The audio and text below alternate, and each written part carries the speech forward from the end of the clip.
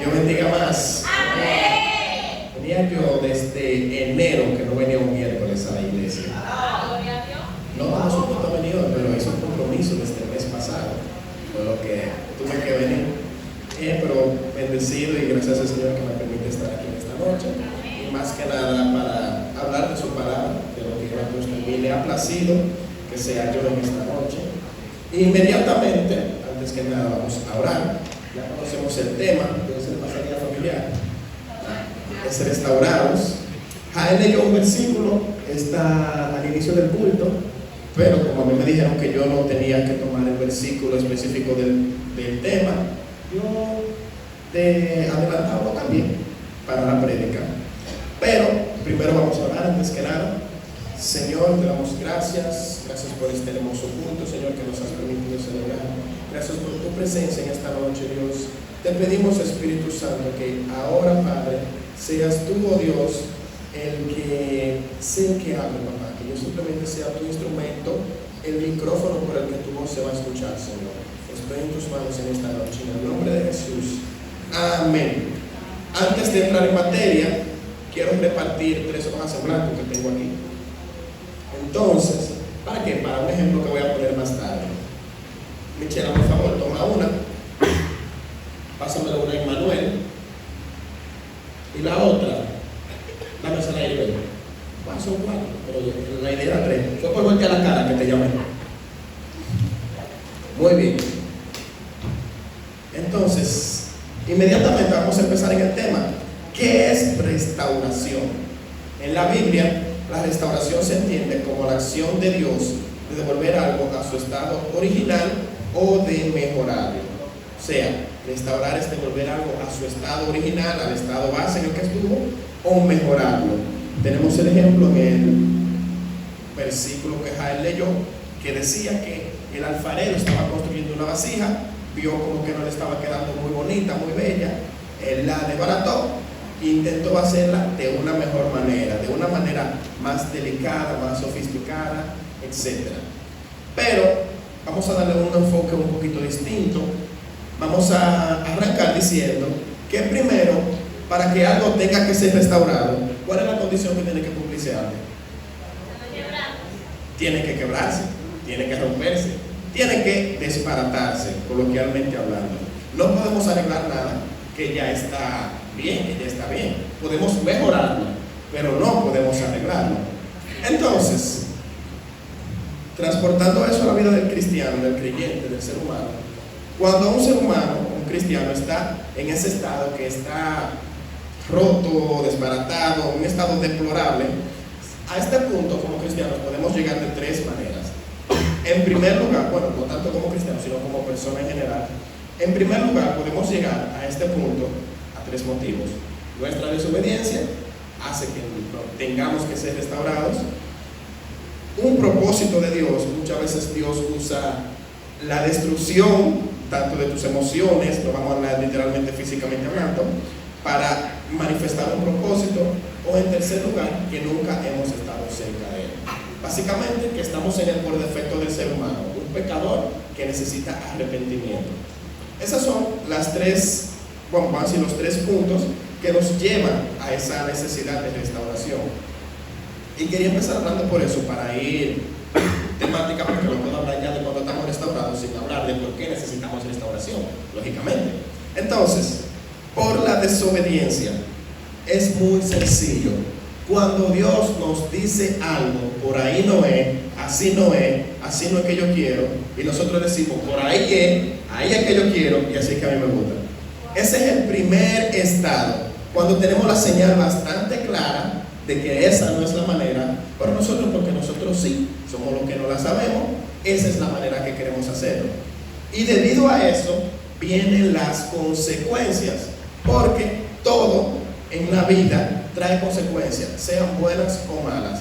Una acción buena que trae una consecuencia como una acción mala, que sería la desobediencia, ¿qué consecuencia trae?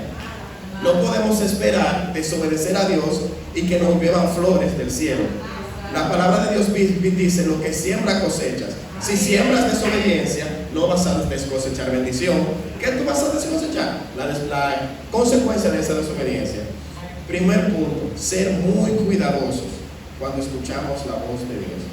Tenemos muchísimos ejemplos en la Biblia de personas que fue por su desobediencia que se vieron en el punto de que necesitaron restauración. Tenemos a Jonás, tenemos a David muchísimas veces, tenemos un larguísimo etcétera. Pero todas estas personas tienen algo en común. Pudieron alcanzar la restauración. ¿Por qué? Porque hicieron cabeza. Dijeron, Señor, yo entendí, yo acepto que te fallé, que no lo hice de la manera que tú querías, pero aquí estoy, necesito que me ayudes, necesito que me salves. Pero no hubieran llegado a ese punto si anteriormente no hubiera habido un impulso, un deseo de hacer las cosas como yo quiero y no como el Señor las quería. Siempre que hablo parecido me recuerda a un mensaje que la pastora Edith dio hace muchísimo, que nunca se me olvida, el mensaje del rey leproso, el del general leproso, no recuerdo qué era, que él se molestó porque el profeta le dijo, tírate al río 7 veces. Él quería que Eliseo, no sé si era Elías o Eliseo, pastor, usted me corrige. Eliseo, ajá. Él quería que parece que Eliseo le hiciera una caravana. Llegó el general, vamos a sanarlo. Y Dios le dijo, no, espérate, no es de esa manera. Entonces él se molestó y se fue sin su milagro. ¿Y qué pasó después? Pero cuando aceptó que no era a su manera, que era a la manera de Dios. Punto número 1. Si aceptamos que es a la manera de Dios, todo saldrá mejor. Amén. Todo saldrá mejor. Entonces, no, estamos en uno todavía, espérate. Ok, entonces, segundo punto del tema número 1. Cuando el quebrantamiento viene debido a un propósito de Dios. ¿Y cómo así? Cuando el Señor se quiere manifestar en ti, te quebranta. Cuando el Señor se quiere manifestar en ti, te quebranta. Vamos a preguntarle primero a Job. Vamos a preguntarle a Elías, que sufrió quebrantamiento. Vamos a preguntarle a Jesús. Seguimos preguntando y seguimos preguntando y vemos que antes de una gran bendición siempre viene un proceso como de moldeamiento, como que vamos a pasarte por eso, porque la manera en la que yo te quiero tiene que prepararse, tiene que arreglarse. Tenemos a este niño, a José, desde niño, desde chiquito, el favorito de su papá, el menor. Los que son hijos menores entenderán que muchas veces son los favoritos. El menor que desde niño tuvo el don de Dios, tuvo la capacidad de tener visiones, tuvo muchísima sabiduría, tuvo el favor de su padre, pero además de que tenía el favor de su padre, tenía la envidia de sus hermanos. ¿Y qué hicieron sus hermanos? Sus hermanos lo vendieron, a su padre le llevaron una piel de animal y lo dieron por muerto. Y quizá dirán ustedes, pero wow, si desde José, desde pequeño José tenía el favor de Dios, ¿por qué Dios permitió que lo llevaran como esclavo? ¿Por qué Dios permitió que sus hermanos le tuvieran envidia? ¿Por qué Dios permitió que cayera preso por algo que no era su culpa? Es muy sencillo. Lo primero fue, como se ve profetizado más adelante, y el Señor obviamente sabía, la tierra iba a pasar por un periodo de hambre y de escasez. En primer lugar, Dios permitiendo que José fuera preso, dio entrada a que vamos a decir, un siervo de Dios, un israelí, por ponerlo más directo, tuviera acceso a Egipto, una tierra de abundancia, una tierra de gente rica. Y no que simplemente lo detuvo ahí, tú vas a comer. Lo llevó a ser el segundo después de Faraón para llevar la bendición al pueblo de Dios, para que el pueblo de Dios no pereciera en el desierto. O sea que como que el quebrantamiento de José fue como el inicio del plan de Dios para salvar a la humanidad. Porque después sabemos que en el tiempo de esclavitud, que Dios mandaron a Moisés a sacar a Israel de Egipto, pero si Dios no manda a Israel de Egipto, Israel se perece por el tiempo de hambruna. Y es sencillo, el quebrantamiento luego de Israel también vino porque era necesario que el pueblo entendiera que ese era el pueblo escogido para que Dios trajera su salvación, y también por la desobediencia, porque ¿quién le mandó a esa gente a hacer un becerro de oro cuando Moisés estaba en? Vemos cómo vamos hilando ambos puntos. O puede ser un proceso de Dios, como Dios pasó por el desierto, pero fue a buscarnos. Pero yo por desobediente, por tal de, no, que Moisés está para allá, vamos a hacer un becerro, que a ese becerro nosotros lo vemos y lo adoramos. 40 años más dando vueltas en el desierto. Muy bien. ¿Por qué? Por desobedientes. El mismo proceso que ellos se buscaron, ¿por qué fue? Por no escuchar la voz de Dios, por no aceptar que le tocaba ese quebrantamiento para poder seguir adelante. Otro ejemplo tenemos a Job. Lo de Job fue un poquito más polémico, un poquito más, porque sabemos cómo empezó todo, pero Job en ningún momento, por más que su esposa se lo decía, maldijo a Dios. Nunca dijo de que Dios mío, ¿qué es lo que está pasando? ¿Por qué tú me estás permitiendo esto? ¿Qué dijo él? Dios dio y Dios quita. Ese hombre sabe lo que estaba. Ese hombre sabe lo que estaba. Y la prueba era tan grande que le quitó a todo el mundo menos la esposa. Y mira la esposa como estaba. Ese era el mal más grande que ese hombre tenía. Y pidiéndole que maldiciera a Dios, que muriera. Le dijo, maldice a Dios y muere. Oye, la compañera de vida. Creo que esa era la prueba más grande. Pero Job se mantuvo fuerte, firme. Él lo dijo, Dios dio, Dios quitó. Así como Él me dio todo, me lo quitó todo y me puede dar aún más. Y ya sabemos lo que pasó con Job. Aguantó su problema, aguantó su dificultad y se le dio el doble de lo que tenía anteriormente. Porque entendió que muchas veces Dios se manifiesta a través del quebrantamiento. Y tenemos nosotros que entender eso muchas veces. A veces no queremos pasar por el momento que duele porque creemos que Dios nos abandonó. Muchachos, Dios te está ayudando a ser una mejor persona. Dios te está ayudando a formar tu carácter. Te está ayudando a restaurar lo que en un momento por desobediente o porque no está construido en ti, te está ayudando a formar todo eso. Pero tenemos que entenderlo y en vez de ponernos de grito, presentarse a la Señora en oración, que aseguro que habrá respuesta. Cuando estamos pasando por un problema y se lo presentamos al Señor, 99% de las veces hay respuesta. Y ese 1% no es que no te responde, es que te responde luego, cuando tú sabes del proceso, para que entiendas por qué tú pasaste por ahí. Y subtítulo número 3, ya para entrar en materia, simplemente nunca hemos estado cerca de Él. Sencillo, no conocemos a Dios. Y eso hace que por defecto nacimos pecadores. Por cuanto todos pecamos, estamos destituidos de la gloria de Dios. Por defecto necesitamos esa restauración. Amén.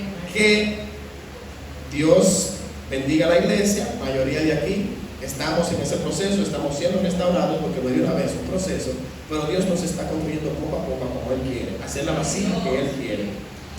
Muy bien, ahora sí pasamos al punto número 2. Cuando ya estamos en ese momento de quebrantamiento, ya entendimos por qué, o simplemente Dios quiere manifestar algo, desobedecimos o no le conocemos, lo primero que el Señor nos hace para empezar el proceso de restauración es inquietarnos. Él empieza como que, mira, sabes que estás mal, mira, vamos a ver esto, mira, vamos a moverlo de esta manera para que la cosa vaya de esa manera. Nadie en Dios se hace grande sin que Dios primero lo inquietase de su comodidad. Y por lo mismo, nadie en Dios se hace grande estando cómodo, porque seguir a Dios te va a sacar muchísimas veces de tu zona de confort. Y así que Dios va a empezar. Cuando tú sientas que tú estás en un punto de tu vida espiritualmente hablando, o vamos a decir, como persona, como cristiano, como creyente, lo que sea, que tú estás estancado, cuando ya tú sentiste que tú estás estancado, ese es el primer aviso de Dios diciéndote, muévete. Muévete, vamos a hacer algo, vamos a buscarlo. ¿Y qué es lo más lógico? Si tú sientes que estás estancado en tu vida espiritual, consúltale a Dios. Dios mío, ¿qué tú quieres conmigo? ¿Qué vamos a hacer? Busca ayuda, tenemos pastores, tenemos líderes. Muchísimas maneras hay de no quedarnos estancados en el mismo sitio. Y tenemos la Biblia. No tenemos que buscar muchas cosas cuando tenemos una Biblia. Dios nos inquieta porque Él no quiere que simplemente tenernos aquí, agarrarnos, darle una sacudida y tirarnos para allá. Ese está nuevo, que venga el otro. Tiene que ser un trabajo en conjunto. Tiene que ser un proceso. ¿Por qué tiene que ser un proceso? Para que tú valores después lo que Dios te va a poner. Porque es simplemente pim pam, ya, gloria a Dios, el Sansón de la nueva era, el que nadie puede con ese. Y así mismo como Dios te lo dio sin ningún precio a pagar, tú lo vendes sin ningún precio a pagar. El Señor nos enseña a valorar lo que está poniendo en nosotros. Porque cuando ya tenemos cierto punto, cierto nivel espiritual, estamos aquí y pensamos en cometer ese hecho que sabemos que no está bien, lo primero que pensamos es, para yo llegar a este punto, el Señor me pasó por esto y otro esto. Ya entendemos una pausa, como que yo no puedo perder ese regalo tan valioso que Dios puso en mí, porque me costó mucho. sufrí mucho, me dolió mucho, me desbaraté para alcanzar eso. Empezamos a valorar lo que Dios pone en nosotros.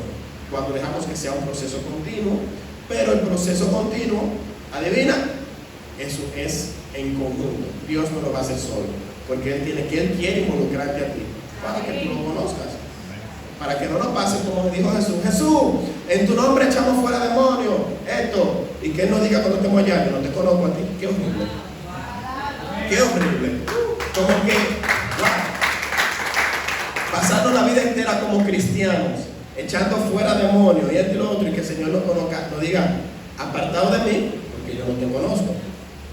¿Por qué? Porque simplemente nunca quisiste caminar en conjunto con Él, nunca quisiste trabajar tu proceso en conjunto con Él, nunca quisiste dejarte restaurar por Él. Es muy simple. Cuando el Señor guía algo, paso por paso, el Señor no hace las cosas de repente. Puede hacerlas, pero no las hace de repente, porque el Señor siempre sigue un orden, el Señor no trabaja con loco. Una vez nos inquieta porque estamos destruidos, pasa lo siguiente: empezamos el proceso de restauración, pero ahora que viene la soja, tráeme tu hoja, por favor. Ahora sí, enséñala ya. Esa hoja está limpia, bonitísima, está doblada porque yo la traje doblada, pero impecable, no necesita que la restaure. Entonces, vamos a decir que esa es la vida de Michelle, el corazón lo más preciado que ella tiene. Préstamelo.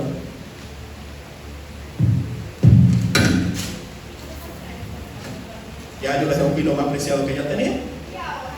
Exacto, y ahora. Pero entonces yo vengo ahora y llamo a Emanuel. Emanuel vio lo que yo hice con la hoja de ella. Emanuel, ¿tú me traerías tu hoja?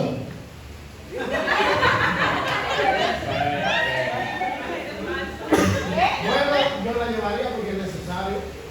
Tráela, es necesario. Hay que echar la palabra que él dijo.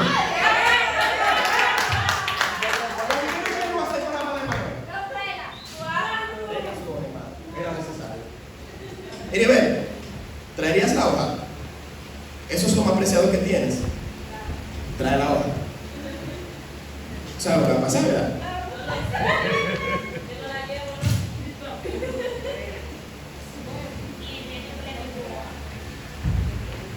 Aquí tenemos un problema. Tenemos 3 gente que vieron lo que pasó cuando llevamos la hoja y la siguen llevando al mismo sitio.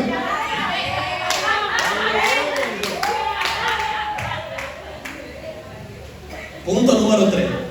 Cuando el Señor te va a restaurar, te mueve del sitio donde te rompieron. Yo creo que después de ese ejemplo yo no tengo que explicar este punto. Es muy sencillo. Cuando el Señor te va a restaurar, lo primero es que te va a sacar del lugar de donde te rompieron. Porque si en ese sitio fue que te hicieron el daño, en ese sitio fue que tú fallaste, pecaste, pasó lo que haya pasado, el Señor puede traerlo y lo hace, puede hacerlo. Pero, espérate, Manuel. Lo va a hacer. El Señor tiene la potestad y la voluntad de sanarte donde mismo te hirieron, pero eventualmente te terminará moviendo. Si no te mueve en el proceso de la restauración, te mueve antes de restaurarte o te mueve después de restaurarte. Porque en el mismo lugar donde se te hizo daño, en la misma vasija que rompiste, que dejaste que rompieran, el Señor no va a depositar el aceite nuevo. Si en esa meseta se puso algo y de esa meseta se cayó, la pastora no lo va a volver a poner ahí. Ella lo va a llevar a una meseta donde lo cuiden, donde se proteja, donde se restaure de una manera sana, limpia y pura. Ahora, los muchachos no están mal porque me trajeron la hoja aún sabiendo lo que iba a pasar. Claro que no. Como dijo Manuel, es necesario. Emanuel entendió que era necesario que su hoja se rompiera para pasar el proceso. Y Lisbeth también. Michelle fue la única que no sabía lo que iba a pasar. Pero ellos entendieron que era necesario que la hoja se rompiera. Pero se recuerden, la hoja nunca se va a arreglar en el mismo sitio donde se rompió. Puede ser que sí, puede ser que Dios deposite ese momento que sí, pero te aseguro que Dios te va a mover de una manera u otra. No tiene que ser físicamente. Puede ser que mueva tu mentalidad para tú no actuar de la misma manera en ese lugar. Puede ser que mueva tu espíritu para tú estar más alerta a lo que pasó en ese lugar. O puede que simplemente te saque bien. Pongamos ejemplo. En la Biblia tenemos muchísimos. A José lo encarcelaron. pasó todo lo que pasó. Pero cuando Dios mandó a sacar a José de la cárcel, Él no lo mandó para la casa de Potifar de nuevo. Él lo mandó para donde el faraón. Cuando pasó el asunto este con Daniel, que fue tirado al foso de los leones, a Daniel lo mandaron para el mismo sitio donde él estaba. ¿Pero por qué? Porque ya Daniel estaba actuando de la manera que él tenía que actuar en ese momento. A Daniel se le pasó por ese proceso para que pase lo que vamos a hablar ahora en el punto número 4 y último, para que el mundo vea los resultados de tu restauración y seas un testimonio andante. Ya estamos terminando. Ya después de que Dios te mueva del lugar donde has, bueno, en primer lugar, cuando ya reconoces que estás mal, que permites que Dios te inquiete, que aceptes el proceso, vas con Él poco a poco y paso a paso, que permitas que Él te mueva, que mueva tu mentalidad, tu espíritu, tu conciencia, tu lugar, tu cuerpo a otro sitio si es necesario que se mueva. Porque recuerden, como dije ahorita, cuando Dios te mueve no es necesariamente físicamente que esté hablando, que te va a sacar de un lugar a otro. Puede mover tu mentalidad, puede mover tu forma de actuar, de pensar. Cuando ya Dios te sana, se restaura, haciendo que ese nuevo lugar espiritual donde te encuentres sea usado para Él, para llevarte a un nuevo estado de plenitud, de santidad, una restauración. Último punto, cuando puse el ejemplo de Daniel, para que el mundo vea los resultados de esa restauración. Y eso es lo más importante, porque como el versículo, me gusta siempre poner el ejemplo, cuando un alfarero debarata una obra, la hace de nuevo, la hace para hacerla más bonita, como decía el versículo. Pero lo primero que él va a hacer es que esa obra más bonita que él hizo, la va a poner adelante en el estante, para que la gente lo vea y se interese. Cuando Dios te restaura, muchas veces Él no te va a poner. ¿Por qué muchas veces no te va a poner Él? Porque Él te restaura, pero el trabajo de ponernos a nosotros de ponernos en la vitrina para que la gente nos vea es de nosotros. ¿Y cómo así, igual? ¿Y que vamos a salir a buscar la aprobación de la gente? Estuve hablando con una persona el otro día y estábamos hablando de que la fe y las obras no te salvan, pero cuando tienes fe haces obras, porque las obras son la muestra de que el Espíritu Santo vive en ti. Así, cuando ya el Señor nos restaure, nuestras obras, nuestro brillo, la forma en la que seremos nuevos, va a hacer que la gente note que hay un cambio. Y como dice la Biblia, si buscas a Dios en lo secreto, Él te pondrá en público. Si buscas el reino de Dios, Él va a hacer que las personas te vean a ti. Pero va a hacer que te vean a ti, pero no para que te vean a ti, sino para que vean lo que Él puso en ti. Tenemos que aceptar, tenemos que entender que todos, siendo cristianos o no cristianos, todos en algún punto necesitamos un proceso de restauración. Porque muchas veces creemos que estamos bien, pero aún a veces sigue habiendo rencor por algo que pasó en algún punto. Sigue habiendo cierta cantidad de tristeza, sigue habiendo cierta cantidad de preocupación que poco a poco nos van haciendo daño, nos van destruyendo internamente, y el Señor en algún punto va a tener que poner un basta, va a tener que restaurarnos. Pero no lo hará si nosotros no nos dejamos, no lo hará si nosotros no ponemos de nuestra parte y trabajamos en conjunto con Dios, no lo hará si nosotros no decidimos que en ese lugar, ese sitio que estamos nos está haciendo daño y que tenemos que salir. Puede ser hasta una persona. No lo hará si nosotros no aceptamos que necesitamos ser restaurados. Y agradezco a Dios de que todos los que estamos aquí tenemos nuestros propios testimonios de que el Señor nos ha restaurado de una manera u otra. Y aún tenemos cosas que sabemos que Él está restaurando. Y voy a dar un testimonio. Yo casi no doy testimonio. Creo que nunca en mi vida he dado uno, de todas las cosas que me han pasado. Cuando yo era adolescente, yo tenía 17, 18 años. Sí, 17, 18. Yo cometí un pecado, honestamente, que estaba acostumbrado a hacer, que era como ya mi pan de cada día. Pero por algún motivo ese día, a mí se me metió que ya porque yo hice eso, ya Dios no me iba a perdonar. Ya yo era el pecador más grande y se me metió como un miedo, como una preocupación. Y yo duré una semana que yo no oraba, que yo no quería ni ir a la iglesia, porque ya yo decía, pero ya Dios no me va a perdonar. O sea, ¿qué voy yo para allá? Ya yo voy para el mismo sitio siempre. ¿Por qué tú pasé por ese momento? Sabrá Dios. Pero me dio para eso, que ya yo, para parte. Yo recuerdo que esa semana yo fui al instituto cuando yo estudiaba en canción, y la prédica del devocional que siempre hacen, yo estaba así. Como que yo hago aquí, si ya como quiera. Ya, yo estaba entregado. Yo estaba entregado ya. Ya a mí la vida me sabía a nada, me sabía a mí la vida. Un arroz de desabrigo era la vida mía. No quería comérmelo, pero no había más nada y tenía que comérmelo. Yo estaba así. Y yo recuerdo que fui a una actividad y la actividad ni siquiera era de la iglesia en la que se estaba celebrando. Era como de un ministerio de otro pueblo que había, de otra ciudad que había venido a Macorís. Y había un y estaban como celebrando algo presbiterial ahí, no sé, de jóvenes. Y yo salí 2 veces de la actividad, por lo mismo tanto, porque ¿qué yo hago aquí? Si yo no, entonces si yo no voy para parte. Y me jalan, probé, pero yo no le había dicho a nadie porque estaba pensando, ¿por qué? Yo no, que me quiero ir para mi casa, estoy cansado, pero ven, que después un ratico. Me convencieron y yo entro. Pasó joven, un predicador que en mi vida no he vuelto a ver, tampoco me acuerdo cómo se llama. Y yo recuerdo que yo estaba ahí escuchando el mensaje y pasó lo primero, Dios me inquieta. Y yo empiezo como que, me da la idea de como que empiezo a preguntarle a Dios, como que empiece a orar, como que para que me dé una respuesta, de si era verdad que eso que estaba en mi mente, que iba a pasar de verdad. Y yo empiezo y yo oro, yo brinco, salto, el que me ha visto sabe que yo cuando estoy orando, que estoy entregado al Señor, yo lo primero que hago es que me tiro al piso. Aquí todo el mundo sabe eso. No hay que esconderse para nada. Vergüenza le daría a ustedes si no lo hacen. Lo que hay es que yo estoy ahí en el piso, que no me desbarate el suéter de casualidad, porque eso no se usa. Pero ya yo estaba, y llora y grita y pide, y Señor, respóndeme, Señor, respóndeme, Señor, respóndeme.